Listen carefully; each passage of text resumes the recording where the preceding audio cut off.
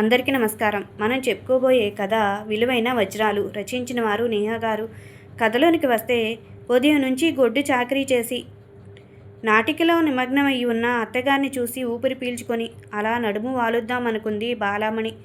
ఇంతలోనే బాలా బాలా అంటూ గట్టిగా కేకలు వేయసాగింది శాంతమ్మ. అత్తగారి బెదురు పుట్టే అరుపులు వినిపించి పరుగులు తీస్తూ అత్తగారి ముందు ప్రత్యక్షమైంది బాల. శాంతమ్మ, వంట చేసినట్లున్నావుగా, మరి నా మొహాన పడేసిపోవటానికి ఏమి రోగం? అడుక్కోవాలటే నేను వంటయ్యాక పెట్టాలని తెలీదా? మారు మాట్లాడకుండా భోజనం తెచ్చి అత్తగారికి వడ్డించసాగింది బాల. ఎప్పుడు ఈ కూరలే వండినవే ఎన్నిసార్లు వండుతావో మళ్ళీ మళ్ళీ అని నసుగుతూ తింటూ, అవునే, పొద్దున రఘు చేపలు తెచ్చాడుగా, పులుసు చేశావా అని అడిగింది శాంతం. చేశానత్తయ్య, చిన్నగా సమాధానమిచ్చింది బాల. దాచుకోవే, అన్నీ దాచిపెట్టుకొని నువ్వు నీ మొగుడు తినండి. ఓ ముద్ద తిని మూలన పడుంటే దానికి ఏం పెట్టినా తింటుందిలే అని ఏదో ఒకటి చేసి నా మొహాన పడేశావా? నువ్వు పెట్టింది నేను తినాలా అంటూ గుత్తి వంకాయ కూర గిన్నెని నెట్టేసింది కాంతం. లేదత్తయ్య, మీకు చేపలు తింటే ఆయాసం వస్తుంది అని ఆయన పెట్టొద్దు అన్నారు, అంతే. మీకు పెట్టకూడదని కాదు అంది బాల అప్పటికే కళ్ళల్లో నీళ్లు తిరుగుతుంటే. నీ నాటకాలు నాకు తెలియదనుకోకు. వాడలా నాకు తెలియకుండా నీకెలా చెప్తాడో. అయినా నిన్ను అని ఏం లాభం? నిన్ను పెంచిన వాళ్ళనే అనాలి అంది శాంతం మూతి తిప్పుతూ. శాంతం మాటలు మనసులో బాణాల్లా గుచ్చుకుంటుంటే ఆవిడతో మాటలు అనవసరం అనుకుని కిందపడ్డ కూరని శుభ్రం చేద్దామని కదలబోయిన బాలని ఆపేసి, నా కూర తెచ్చిపెట్టు ముందు అని కసురుకుంది శాంతమ్మ. ఉత్తమ గయ్యాళి అత్తగారు చెప్పినట్లు చేయటానికి వంటగది వైపు వెళ్ళింది బాల కళ్ళు తుడుచుకుంటూ. వాడి మొహం, వాడికేం తెలుసు? ఆయాసం రాదు, ఏమీ రాదు. వాడు చెప్పటం, ఇది చేయటం సరిపోయారిద్దరు. గొనుక్కుంటూ కూర్చుంది ముసలి లాంటి ముసలమ్మ. శాంతానికేమైనా అయితే భర్తని ఎలా ఎదుర్కోవాలో ఆలోచిస్తూ మళ్ళీ శాంతం అరుపుకు ఆవిడ అడిగింది తెచ్చిపెట్టి పనిలో మునిగిపోయింది బాల. రాత్రి 2:30 గంటలకు గాఢనిద్రలో ఉన్న బాల భర్త గట్టి అరుపుకి ఉలిక్కిపడి లేచి కూర్చుంది. ఏమైందండి అంటూ పరుగు పరుగున వచ్చి బాల చెంప చెల్లుమనిపించాడు నిప్పులు కక్కుతున్న కళ్ళతో రఘు. భర్త దెబ్బకి కళ్ళు బయర్లు కమ్మాయి బాలకి. ఏం జరిగిందో అర్థం కాక నీళ్లు నిండిన కళ్ళతో చూస్తుండిపోయింది. బాల రెక్కపట్టుకుని ముందుకు తోసి, అమ్మని జాగ్రత్తగా చూసుకోమన్నానా? ఇప్పుడు చూడు ఎలా ఆయాసపడుతుందో అన్నాడు. ఎదురుగా శ్వాస సరిగ్గా అందక ఇబ్బంది పడుతుంది శాంతమ్మ. అత్తగారు ప్రవర్తన గుర్తొచ్చి బాధ, కోపం కలిగాయి బాలకి. ఆవిడ మందులు వెతికి తెచ్చి ఇన్హేలర్తో శ్వాస అందించిన కాసేపటికి కుదుట పడింది శాంతమ్మ. నేను చెప్తూనే ఉంటానే బాలా నీకు, నాకు చేపలు పడవు, పులుసు పెట్టకు, ఇంకో కూర వండి పెట్టమని, విన్నావా? ఆహా, నువ్వు నా మాట ఎందుకు వింటావే అంటూ కొడుకు ముందు సీరియల్ డ్రామాలు చేసింది శాంతమ్మ. ఆ తర్వాత సూటిపోటి మాటలు, అవమానాలు తప్పవని బాలకు తెలియంది కాదు. అత్తయ్య, మీకెందుకు ఇలాంటి పనులు? నేను చేసుకుంటాను కదా. మీరు పనులు చేస్తున్నప్పుడు ఆయన చూస్తే నన్ను అరుస్తారు. అత్తగారి చేతిలో బిందె అందుకుంటూ అంది రాణి. పర్వాలేదు తల్లి, కాస్త అటూ ఇటూ తిరిగితే కాళ్ళు సాగుతాయి అని నీళ్లు తీసుకొచ్చాను. అబ్బాయికి నేను చెప్తాలే, కంగారు పడమాకు అంటూ కూరగాయల కోసం పెరట్లోకెళ్ళసాగింది కాంతమ్మ. అత్తయ్య, కూరగాయలు కోసేశానని గట్టిగా అంటూ వంటగదిలోకి వెళ్ళింది రాణి. ఎప్పుడు చూసినా పని చేయొద్దు అంటూ వాడికి భయపడి నాకేమో అటూ ఇటూ తిరిగి పనులు చేసుకోవటం అలవాటాయే. అయినా నాకేం ఓపిక తగ్గిపోయిందని ఏ పని చెయ్యొద్దు అంటారు. వీళ్ళు పిచ్చి భయాలు అనుకుంటూ లోపలికి వెళ్ళిపోయింది కాంతమ్మ. అబ్బబ్బా, ఈవిడని ఒక చోట కుదురుగా ఉండమంటే ఉండరు. ఎప్పుడు అటు ఇటూ తిరుగుతుంది. ఒక ముద్ద పెడితే తిని కూర్చోక ఎందుకు ఆయనతో తిట్టించాలి అని చూస్తుంది. ఉప్మాలో పల్లీలు వేస్తూ నసుకుతుంది రాణి. మొన్న ఒకరోజు బట్టలు ఉతుకుతానంటూ వెళ్ళి కింద పడింది. ఈవిడికి ఏమవుతుందనే భయంతో నన్ను తిట్టాడు. ఈమె వల్ల ఆ మనిషితో నేను తిట్లు తినాల్సి వస్తుంది. కట్టుకున్నాక నాకు తప్పవుగా, అంతా నా కర్మ అని టిఫిన్ డైనింగ్ టేబుల్పై విసురుగా పెట్టి వెళ్ళిపోయింది రాణి. ఆ మాటలన్నీ కాంతమ్మ చెవిన పడకపోలేదు. ఇలాంటి మాటలు అలవాటైపోయి ఇక చేయగలిగేది ఏం లేక టిఫిన్ తినాలనిపించక ఏదో పుస్తకం చదువుకుంటూ కొడుకుతో ఆవిడ అనుకున్న విషయం చెప్పాలని చూస్తుంది కాంతమ్మ. బాలా బాలా ఒసే బాలా పిలిచింది. కాదు కాదు అరిచింది శాంతమ్మ. శాంతమ్మ కాంతం వస్తుంది అని తెలుసు కదే, గది శుభ్రం చేశావా? శాంతమ్మ అరుపులు వింటూ ఇన్నేళ్ళు అయినా దీనిలో పెంకితనం పోలేదు అనుకుంటూ గేటు తీసుకుని లోపలికి వచ్చింది కాంతమ్మ. అత్తగారి కేకలు అమెరికాకైనా సునాయాసంగా వినిపిస్తాయి కనుక గది శుభ్రం చేసే పనిలో పడింది బాల. చెప్పవే కాంతం, ఏంటి విశేషాలు? ఎందుకే అలా అరుస్తావు? పేరులో ఉన్న శాంతం నీలో ఉండదేమో అంది కాంతం బ్యాగ్స్ అన్నీ పక్కన పెట్టి చక్క కుర్చీపై కూర్చుంటూ. నా గొంతే అంతలేవే, అయినా ఇన్నాళ్ళకి గుర్తొచ్చానేంటో నీకు. నన్ను మర్చిపోయావనుకున్నా, ఉన్నట్టుండి వస్తున్నా అంటూ కబురు పంపావు ఎందుకో అని రాగాలు తీయసాగింది శాంతమ్మ. నిన్ను మర్చిపోతానా? ఒకసారి నిన్ను కలిసి వెళదాం అనుకుంటున్నానని చెప్పానుగా మొన్న ఫోన్లో అంది కాంతమ్మ సంచిలో నుంచి పచ్చడి డబ్బాలు తీస్తూ. పచ్చడి డబ్బాలు చూస్తూ లింగులింగుమంటూ 2 డబ్బాలు తెచ్చింది. ఎవరికి సరిపోతాయి ఇవి అనుకుంది శాంతం మనసులో. సర్లే సర్లే, ఎలా ఉన్నావు అంది పైకి. కాంతమ్మ, నేను నీలా గుండ్రాయిలానే ఉన్నానే, నీ ఆరోగ్యం బాగుంటుందా? బానే ఉన్నాలే, కానీ అప్పుడప్పుడు ఆయాసం వస్తుంది. అయినా నన్నెవరు సరిగ్గా చూసుకుంటారు? నన్ను ఎవరు పట్టించుకుంటారు?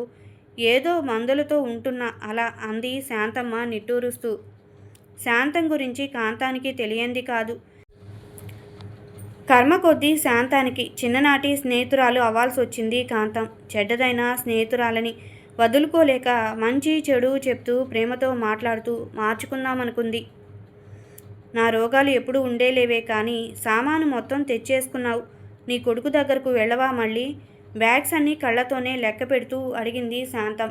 వెళ్ళను శాంత, అక్కడ నా అవసరం లేదు, ఊర్లోనే ఉంటాను ఇంకా అంది కాంతం. అనుకుంటూనే ఉన్నానే నిన్నేదో ఒక రోజు తరిమేస్తారని. మొన్న నువ్వు ఫోన్ చేసినప్పుడు నీ మాటల్లో తేడాలు గమనించా నేను. అంతా బాగా చూసుకుంటుంది అన్నమాట నీ కోడలు అన్నది వ్యంగ్యంగా. ఇంతలో బాల కాంతమ్మకి కాఫీ తీసుకొచ్చింది. బాల మళ్ళీ అరిచింది శాంతం. ఎందుకంటే బాల కాఫీ తీసుకొచ్చింది కానీ ఇవ్వలేదు. ఏదో ఆలోచిస్తూ పడేసింది, అది కూడా కాంతం పైన. నీకు అసలు బుద్ధి లేదే? పని చేస్తున్నప్పుడు ఒళ్ళు దగ్గరుండదా? ఎలా పడేశావో చూడు. కళ్ళు నెత్తి మీద ఉంటాయా? నీ ఒళ్ళు ఒక్క ఉపయోగం లేకపోగా అన్నీ నష్టాలు చేసి చస్తావు అరుస్తూ పోతుంది శాంతం. పోయేలా అరుస్తుందంటారా? అంతే అనుకోండి. ఇప్పుడు ఏమైంది అని అలా అరుస్తున్నావు శాంత? చేయి జారి పడిపోయి ఉంటుంది, దానికే ఇంతలా అరవాలా? ఉండు, నేను చీర మార్చుకొస్తా. కుర్చీపై నుంచి లేచి మరక మీద తుడుస్తున్న ఉన్నది కాంతం. శాంతం స్తంభంలా నిలబడి చూస్తావేమే, దానికి గది చూపించు అని ఏవో పప్పులు పరాపరా నములుతూ కూర్చుంది. బాలని గమనిస్తుంది కాంతం. అసలు శాంత అంతగా విసిగిస్తున్న ప్రశాంతంగా తన పని తాను చేసుకుంటూ పోతుంది. చిన్న చిన్న పనులకి కూడా నన్నే పిలవాలా అత్తయ్య అని చిరాకు పడే కోడలు రాణి గుర్తొచ్చింది కాంతం గారికి. నా కొడుకుకి సంబంధాలు చూస్తావా చేస్తావా అని శాంతం తెగ పోరు పెట్టేస్తుంటే, దీనికి కోడల్ని తేవాలంట, వచ్చే పిల్ల పరిస్థితి ఏంటోనని కాంతం అనుకుంటుంటే, రఘు వాళ్ళ నాన్నగారు కోడల్ని కూతురిలా నేను చూసుకుంటానని అభయం ఇచ్చాడు. అందుకని బాలకి పిన్ని వరసయ్యే కాంతం బాల అమ్మా నాన్నల్ని ఒప్పించింది. మన స్థాయికి అంతస్తుకి సరితూగని పిల్ల వద్దని చెప్పాలనుకున్న భర్తకి ఎదురు చెప్పదు. చెప్పాలనుకున్న రఘు వాళ్ళ నాన్న చెప్పనివుడు గనుక బుద్ధిగా బాల రఘులకు పెళ్లి చేసింది శాంతం. ఒకే ఈడు పిల్లలు, భిన్న ఆలోచనలు, భిన్న వ్యక్తిత్వాలు, భిన్న అభిప్రాయాలు. అది శాంతం. అలా రాచి రంపాన పెట్టిన నోరు ఎత్తని ఈ అమ్మాయికి సరితూగదు నా కోడలు అనుకుంది మనసులో. పిన్ని, ఇదిగో మీ గది స్నానం చేసి రండి, ఏదైనా అవసరం ఉంటే నన్ను పిలవండి అని చిరునవ్వు నవ్వి వెళ్ళిపోయింది. బాల, ఏంటమ్మా నువ్వనేది? అక్కడికి వెళ్తావా? అసలు ఎందుకు వెళ్తానంటున్నావమ్మా? కాంతమ్మ, అలా కాదురా కేశవ, నా అవసరం ఏముంది ఇక్కడ? మీకు పనులు చేసుకోవటం సరిపోతుంది. పైగా నాకు ఈ మధ్య మీ నాన్నగారు ఎక్కువగా గుర్తొస్తున్నారు. అక్కడ కొంచెం ప్రశాంతంగా ఉంటుందని. తల్లి మాటల్లో ఏదో తేడాని గమనించాడు కేశవ. ఏంటమ్మా, రాణి వల్ల ఏదైనా ఇబ్బందా? అనుమానంగా అడిగాడు. కాంతమ్మ, చాచా అదేమి లేదులేరా, అది నన్నేమంటుంది? నీకన్నీ అనుమానాలే. కేశవ్, లేదమ్మా, దాని గురించి నాకు తెలుసు. నోటికి ఏదోస్తే అది మాట్లాడుతుంది. నిజం చెప్పమ్మా, నిన్నేమైనా అంటుందా అని కూర్చున్న వాడల్లా రివ్వున లేచి రాణి రాణి అంటూ కేకలెయ్యసాగాడు. పక్కన రూంలో పాటలు వింటున్న రాణి అత్తగారి గదిలోకి పరుగున వచ్చింది. ఎందుకు పిలిచారు అన్నట్టు చూస్తున్న రాణితో ఏమన్నావు అమ్మని అంటూ ఆవేశంగా చేయి చేసుకోబోయాడు కేశవ్. ఇక తప్పదనుకున్నదేమో కాంతం కొడుకుని అమాంతంగా పక్కకు నెట్టేసింది. ఇది మొదటిసారి కాదు కేశవ్, చాలాసార్లు చూశాను. ఊరికే ఆ అమ్మాయి మీదకు వెళ్తావు, ఆడపిల్లని ఇష్టం వచ్చినట్లు కొట్టేస్తావు. ఇదేనా నేను నీకు నేర్పిన సంస్కారం? నువ్వు చదువుకున్న పెద్ద చదువులు నేర్పిన సభ్యత ఇదేనా? నన్ను నీ భార్య ఇబ్బంది పెట్టిందని నీతో ఎప్పుడైనా నేను చెప్పానా? లేదు కదా. నువ్వెన్ని అంటున్నా నన్ను బాగానే చూసుకుంది. అన్నీ నీకు నువ్వే అనేసుకుని నోరు చెయ్యి లేపుతావు అంటే చూస్తూ ఊరుకోను కేశవ్ అని మండిపడింది కాంతం. అమ్మని ఎప్పుడు అలా చూడని కేశవ్ ఇంకేమీ మాట్లాడలేదు. నిజమే, అసలు అమ్మాయిల్ని చాలా గౌరవించే కేశవ్ రాణి ప్రవర్తనలో ఒకంత విసుగు చెందాడు. ఒక్కగానొక్క కూతురని గారాబంగా పెంచుకున్నారు రాణి వాళ్ళ అమ్మ నాన్న. దానితో పెంకితనం ముక్కుసూటితనం నాటుకుపోయాయి రాణిలో. వెళ్తూనంటున్నావు బానే ఉంది. ఈ వయసులో నీ పని నువ్వు చేసుకోవటమే కష్టం. అలాంటిది అంత పెద్ద ఇంటిని ఎలా చూసుకుంటావమ్మా అన్నాడు కేశవ్ నెమ్మదిగా. చూసుకుంటాను. ఎన్నాళ్ళు అంత పెద్ద ఇంటిని సాకిందెవరు? నేను కాదా? ఇక నా గురించి అంటావా?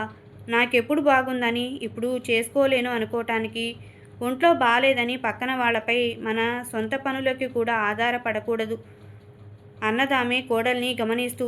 ఆ మాటకు కొద్దిగా పశ్చాత్తాపపడింది రాణి. మొన్న నేను అమ్మతో అన్న మాటలు విన్నట్టుంది ఈవిడ అనుకుంది మనసులో. సరేనమ్మా, నీకు ట్రైన్ టికెట్లు బుక్ చేస్తానని తన పనికెళ్ళిపోయాడు కేశవ్. అవునమ్మా, ప్రతి పని నేనే చేసుకోవాలంటారు. ఇక్కడ పుల్ల అక్కడ పెట్టడు మా ఆయన. గట్టిగా మాట్లాడితే చేతులు లేపుతారు. మా అత్తకి కూడా అన్ని కాళ్ళ దగ్గరకు తెచ్చిపెట్టాలంటే ఎలా అమ్మా? ముక్కు చీదుతూ అంది రాణి ఫోన్లో వాళ్ళ అమ్మతో. చూసుకోవాలి, అన్ని పనులు నువ్వే చూసుకోవాలి. ఎందుకే నోటికొచ్చింది చెప్తావు? అందరూ నమ్ముతారేమో నిన్ను, కానీ నేను నమ్మను. మీ అత్తయ్య గురించి మాకు తెలియకుండానే నిన్నక్కడికి పంపలేదు మేము.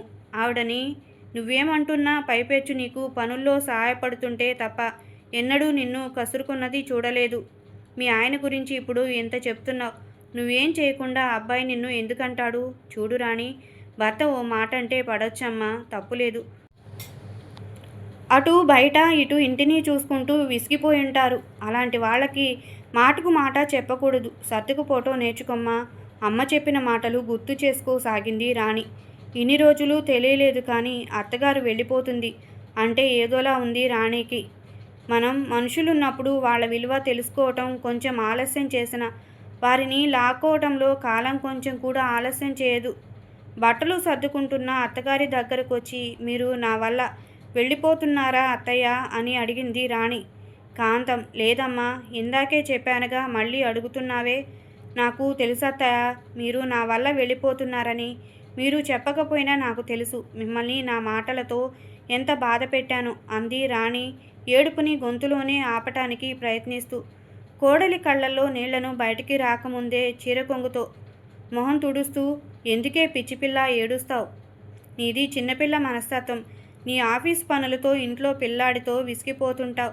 అవన్నీ నువ్వు చేయాల్సిన పనులే, అయినా చక్కబెట్టుకోలేకపోతున్నావు. నెమ్మదిగా అన్నీ నువ్వే తెలుసుకుంటావు అని చిన్నగా నవ్వింది కాంతమ్మ రాణి బ్యాగ్ని లగేస్తూ. అత్తయ్య మీరెక్కడికి వెళ్ళొద్దు అంది పెంకిగా. లేదు, నేనెళ్ళాలి రాణి. నాకు ఊళ్ళో అందరినీ చూడాలి అనిపిస్తుంది. అక్కడే ఉంటానిక. సరేనమ్మా, నేను వెళ్తాను. ఒకసారి శాంతంని కలుస్తానని చెప్పాను. అటు నుంచి అటే స్టేషన్కి వెళ్ళిపోతాను అంది కాంతం. అత్తగారు బాగా నొచ్చుకొని వెళ్ళిపోతున్నారని అర్థమైంది. ఇంకా ఆవిడను ఆపలేమని చివరి ప్రయత్నంగా బాబు స్కూల్ నుంచి వచ్చేదాకా ఉండండి అత్తయ్య అంది రాణి. వాడొస్తే వెళ్ళనివ్వడమ్మా. ఇందా పిల్లాడికి ఏమైనా కొనిపెట్టు అంటూ రాణి చేతిలో పెన్షన్ డబ్బులు పెట్టి వెళ్ళిపోయింది కాంతం. ఇవన్నీ పడాల్సిన అవసరం నీకు లేదమ్మా, మన ఇంటికెళ్ళిపోదాం పద అని బాల చేతులు పట్టుకొని అడిగారు బాల వాళ్ళ నాన్నగారు. లేదు నాన్న, రాలేను. చెప్పకుండానే నా మనసు తెలుసుకుని నా కలని నెరవేర్చుకునే అవకాశం ఇవ్వాలి అనుకున్నారు మామయ్య గారు. కానీ ఇలా మమ్మల్ని వదిలేసి వెళ్ళిపోతారు అనుకోలేదు నాన్న. నన్ను చదివించి మంచి జీవితం ఇవ్వాలనుకున్న ఆయన రుణం ఈ కుటుంబానికి సేవ చేసుకుంటూ తీర్చుకుంటాను నాన్న అంది బాల పూలదండ వేస్తున్న రఘు వాళ్ళ నాన్నగారి ఫోటో చూస్తూ. అందుకని మీ అత్తగారు అనేసి మాటలు అంటున్నా పడతావా? దురదృష్టం అంటుందే నిన్ను. నువ్వు ఈ ఇంటి కోడలు అవ్వటం వల్లే ఆవిడ ఐదోతనం పోయిందంట. నిన్నలా నోటికొచ్చినట్లు మాట్లాడుతుంటే నా గుండె తరుక్కుపోతుందే అంది బాల వాళ్ళ అమ్మ పెద్ద కర్మ రోజు శాంతం మాటలు తలుచుకుని ఏడుస్తూ. అవన్నీ మామయ్యగారి కన్నా ఎక్కువేం కాదమ్మా. కోడలులా కాకుండా కూతుర్లా చూసుకున్నారమ్మా ఆయన ఉన్నన్ని రోజులు. ఆయన ఉన్నప్పుడు ఆనందంగా ఉండి చనిపోయాక నా దారి నేను చూసుకోవటం పద్ధతి కాదమ్మా. మీరు నా గురించి దిగులు పడకండి అని సున్నితంగా తనని తీసుకెళ్ళటానికి వచ్చిన అమ్మా నాన్నల్ని పంపేసింది. ఇలా తన వల్ల తల్లిదండ్రులు బాధపడకూడదని పుట్టింటికి కూడా వెళ్లకుండా ఎవరికీ చెప్పుకోకుండా తను పడే బాధని దాచేసుకుంటుంది బాల. ఆలోచనల నుంచి బయటకు వచ్చిన బాల కొబ్బరి పచ్చడి తాలింపు వేసి స్నేహితురాళ్ళిద్దరికీ వడ్డించింది. వడ్డించాక తింటారుగా. తిన్నారు. ఆ తర్వాత బాల ఏం చేస్తున్నావంటూ వంటింట్లో అంట్లు తోముతున్న బాల దగ్గరకు వచ్చింది కాంతం. అయ్యో మీరెందుకు వచ్చారు పిన్ని? ఏమైనా కావాలంటే పిలవాల్సింది కదా అంది బాల కొంగుతో చేతులు తుడుచుకుంటూ. నీతో మాట్లాడాలనే వచ్చానమ్మా అంది కాంతం బాల చేతిలో పుస్తకాలు పెడుతూ. అవి చూడగానే టపటపా రాలిన నీటి బొట్లు పుస్తకాలని తడిపేశాయి. ఏంటి పిన్ని ఇవి అంది బాల. డాక్టర్ చదవాలనుకున్నా నువ్వే చెప్పాలమ్మా ఆ పుస్తకాలేంటో. నాకేం తెలుస్తుంది అక్షరం ఒక్క రానిదాన్ని అంది కాంతం. వద్దు పిన్ని వీటిని ఎప్పుడో వదిలేసుకున్నాను మళ్ళీ ఇప్పుడొద్దు అంది బాల తనివి తీరా పుస్తకాలను చూసుకుని తిరిగి కాంతానికి ఇచ్చేస్తూ. చూసి ఇస్తావని తీసుకురాలేదమ్మా. మీ మామయ్య గారి పేరు నిలబెడతావని తెచ్చాను అంది కాంతం. కానీ ఇంట్లో నేను చదువుకోవటానికి ఎవరు ఒప్పుకోరు పిన్ని. ఒకసారి వద్దనుకున్నా మళ్ళీ చదువుకుంటాను అని విసిగించటం ఎందుకు పిన్ని? నేను మాట్లాడకుండా ఉంటే ప్రశాంతంగా ఉంటుంది ఇల్లు అంది బాల అత్తగారు తన పుస్తకాలు విసిరుగొట్టిన దృశ్యాలు గుర్తు తెచ్చుకుంటూ. కాంతం ఇలా భయపడటం వల్లే నీ ఆశయాలను వదిలేసుకోవాల్సి వస్తుంది. అయినా శాంతం అన్నీ అంటున్నా ఎందుకు ఎదురు చెప్పట్లేదు బాల? బాల ఆవిడ పెద్దది పిన్ని. ఏది ఏంటో నేను చెప్పనవసరం లేదు కదా పిన్ని. ఇప్పటికీ మామయ్య గారు లేరన్న విషయాన్ని జీర్ణించుకోలేకపోతుంది. పైగా నేను చదువుకోవటం ఇష్టం ఉండదు. బాధలో ఉన్నప్పుడు మరింత బాధ పెట్టడం సరైన పని కాదేమో పిన్ని. చూడు బాల నిన్ను నీ ఆశయాలను చిన్నప్పటి నుంచి చూస్తున్నానమ్మా. అందుకే నీ చదువుకు ఇబ్బంది రాదని చెప్పి నీకు పెళ్లి చేశాను. ఇప్పుడు మీ మామయ్య గారు లేరని నీకు అన్యాయం చేసి పోలేనమ్మా. నువ్వు చదువుకో బాల. శాంతంతో మాట్లాడి ఏ ఇబ్బంది రాకుండా చూడటానికి ప్రయత్నిస్తానని హాల్లోకి వెళ్ళింది కాంతం. ఈ మాటలన్నీ బయట నుంచి విన్న శాంతం మౌనంగా వెళ్ళిపోయింది బాల ప్రవర్తన గురించి ఆలోచిస్తూ. ముందు నుండి చదువంటే మక్కువ ఉన్న బాల మనసు మళ్ళీ చదువుపైకి మళ్లించటానికి పెద్ద కష్టమవ్వలేదు కాంతానికి. అయితే ఇంకా మీ ఊరికెళ్ళిపోతున్నావు అన్నమాట అంది శాంతం తిన్నది అరగటానికి ఆకు వక్క వేసుకుంటూ. ఈ విషయాన్ని తానొచ్చినప్పటి నుండి శాంతం మాటిమాటికి ప్రస్తావిస్తుంటే విసుగొచ్చిన కాంతం ఒక చూపు చూసింది. శాంతం ఇంకేం అనకపోవటంతో కాంతం నన్ను నా కోడలు బయటకు పొమ్మనలేదు శాంత. నేనే వచ్చేశాను. ఎందుకో తెలుసా ఓపిక లేదు. నీ కోడలికా టక్కున అడిగింది శాంత. లేదు నాకు అంది కాంతం. అదేంటి అన్నట్టు చూస్తున్న శాంత చూపులను అర్థం చేసుకున్న కాంతం. అవును నాకే ఓపిక లేదు. నా కోడలికి ఉన్నంత ఓపిక నాకు లేదు శాంత. పరిస్థితుల వల్లో నా కొడుకు వల్లో ఏదైనా కానీ అడ్డు అనుకున్న నన్ను భరించింది. జీవితంలో ఇష్టం లేకపోతే కోట్లైనా వద్దనిపిస్తుంది శాంతం. అలాంటిది అన్ని రోజులు నన్ను చూసుకుంది. అందుకే ఇక నా కోడలికి భారం అవ్వకూడదు అనుకున్నాను. ఒకరితో అనిపించుకోవటం ఇష్టం లేక వేరే గత్యంతరం లేక చూసుకునే వాళ్ళ దగ్గర ఉండకూడదనుకున్నాను. కాబట్టి నేను వెళ్ళిపోతున్నాను స్పష్టంగా చెప్పింది కాంతం. బాల తలుపుకొచ్చింది శాంతానికి. ఆ పిల్లది ఓపికైతే మరి నా కోడలుకున్నదేంటి? నేను అన్ని అంటున్నా ఒక్కసారి కూడా ఎదురు మాట్లాడదు అనుకుంది శాంతం మనసులో. మొదటిసారి బాల గురించి మంచిగా ఆలోచించసాగింది శాంతం. శాంత పిలిచింది కాంతం. పలకలేదు. శాంత అని రెండోసారి కదిపేసరికి ఆలోచన నుంచి బయటకొచ్చిన ఏంటి కాంతం అంది. కాంతం నాకో సాయం చేస్తావా చెప్పు అన్నట్టు చూసింది శాంతం. నీ కోడల్ని చదివిస్తావా అంది కాంతం. శాంతం. ఇప్పుడా? అవసరం ఏముందో అది కూడా చెప్పు, ఆలోచిస్తాను అంది కొంచెం గంభీరంగా. నీ భర్తకు మంచి పేరు. అవును శాంత, ఇంటి కోడల్ని కూతురిలా చూసుకుంటూ చదివించారన్నయ్య. ఆయన పోయాక కోడలు చదువు మధ్యలో ఆపేసింది. ఎందుకో అనుకుంటారు అందరూ. ఎక్కువ మాట్లాడితే నీ వల్లే చదువుకోవట్లేదని కూడా అంటారు. నీ గురించి అలాంటివి విని నేను భరించలేనే. అందుకే రఘుతో మాట్లాడు, తెలివిగా చెప్పింది కాంతం. అవును నిజమే, నేను ఇంత దూరం ఆలోచించలేదు అనుకుంది శాంతం. ఒక అర్ధరాత్రి బాల చేతిలో పుస్తకాలు పట్టుకుని అలాగే నిద్రపోయింది గుర్తుకు తెచ్చుకుంటూ. ఏమంటావు శాంతం అని అడిగింది కాంతం మొహంలోకి చూస్తూ. సర్లే, వాడితో మాట్లాడతాను అంది శాంతం. ఇది విన్న తర్వాత బాల ఆనందం అతీతం. పరుగున వెళ్ళి శాంతాన్ని కౌగిలించుకుంది బాల. ఎప్పుడూ కోడలు మౌనాన్నే చూసిన శాంతం ఆమెనలా సంతోషంగా చూడటం చూసి ఎందుకో మనసుకు హాయి అనిపించింది. ఇన్నాళ్ళు ఈ అమాయకురాల్ని బాధపెట్టాను అనుకుంది మనసులో. నెమ్మదిగా బాలని పక్కకు జరిపి అక్కడి నుండి వెళ్ళింది. కాంతం వెళ్తూనే బాలకి మార్గం చూపించింది. తనని తగ్గించుకొని అసలు సహనం అంటే బాలదని తెలిసేలా చేసింది. శాంతం నెమ్మదిగా మారిపోతుందని అనుకున్న కాంతం ఇక వెనుతిరగటానికి సిద్ధమైంది. ప్రతి ఇంట్లో వృద్ధులు ఉండాలి. మంచి దారిలో నడవటానికి వారి మాటలు స్ఫూర్తినిస్తాయి. వాళ్లతో గడపటం వల్ల అనుభవాలు, అలవాట్లు తెలుసుకోవటం చాలా అవసరం. ఓపిగ్గా వారితో మాట్లాడి చూడండి. జీవితంలో ఒడిదుడుకులు తట్టుకోవటం తెలుస్తుంది. ఇక చాదస్తం అంటారా? మనలో ప్రతి ఒక్కరికి చాదస్తం ఉంటుంది. వృద్ధులకు కొంచెం ఎక్కువ ఉంటుంది. ఏదైనా కానీ మన మంచే కోరుకుంటారు. వృద్ధులలో చిన్నపిల్లల్ని చూడగలగాలి. అప్పుడు ఏమవుతుందో తెలుసా? వాళ్ళ అమాయకత్వానికి ఆశ్చర్యంగా అనిపిస్తుంది. కొద్దిగా నవ్వు వస్తుంది. వృద్ధులను తప్పక చూడండి, ప్రేమతో చూసుకోండి. వారి ప్రేమ దీవెనలు పొందటానికి అదృష్టం ఉండాలి. ఇంతటితో ఈ కథ సమాప్తం. ఈ కథ నచ్చినట్లయితే లైక్ చేయండి, షేర్ చేయండి, సబ్స్క్రైబ్ చేసుకోండి. Thank you.